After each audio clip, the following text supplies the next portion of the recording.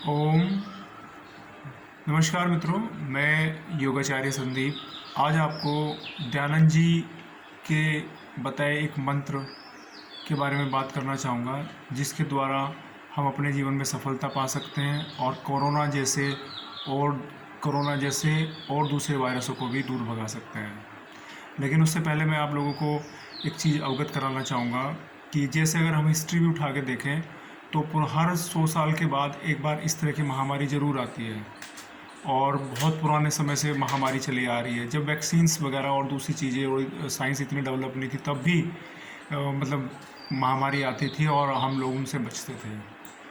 पुरानी संस्कृति, पुराने अपने खान पान लाइफस्टाइल को अपनाने की आवश्यकता है। आज हमने अपने पुराने संस्कृति को भुलाकर और नई संस्कृति अपनाई है। हमारे खान पान गड़बड़ हो गया है, हमारा लाइफस्टाइल गड़बड़ हो गया है, जिसका प्रभाव ये है कि आज हम कोरोना जैसे वायरस से लड़ नहीं पा रहे हैं।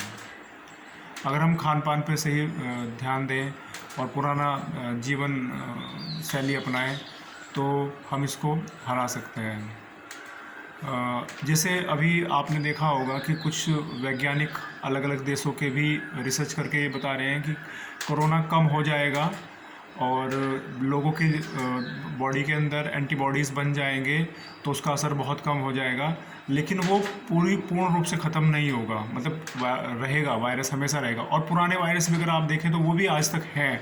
बस ये है कि वो अब इतना असर इसलिए नहीं डालते कि उन सभी उनके एंटीबॉडी हमारी बॉडी में है, तो वो इतना असर नहीं डालते अब।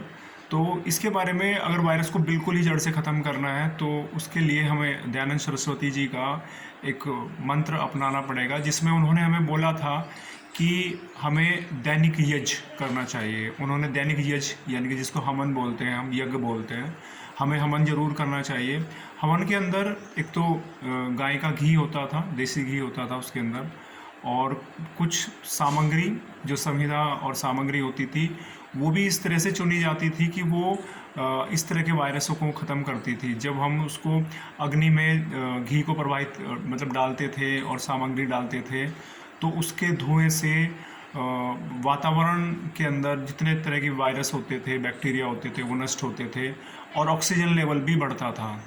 तो आज हम सभी को अपने जीवन में यज्ञ करने की आवश्यकता है। हम सभी को यज्ञ जरूर करना चाहिए, दैनिक यज्ञ जरूर करें और थोड़ा सा लाइफस्टाइल को चेंज करें। जैसे पुराने टाइम में देखा होगा कि मतलब भाई नीम की दातुन करते थे, तो आज हम अगर नीम की दातुन नहीं करते तो हम नीम के पत्ते सुबह और शाम 2-2 लीव्स उनकी ले सकते हैं। नीम की पत्तियाँ ज़रूर खाएं। गिलोय का काढ़ा हम ले सकते हैं सुबह शाम।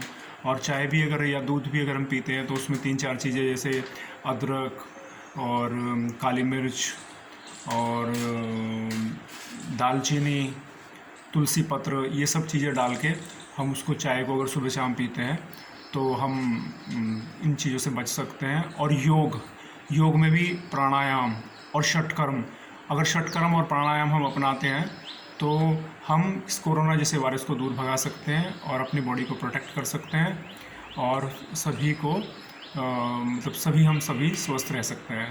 धन्यवाद।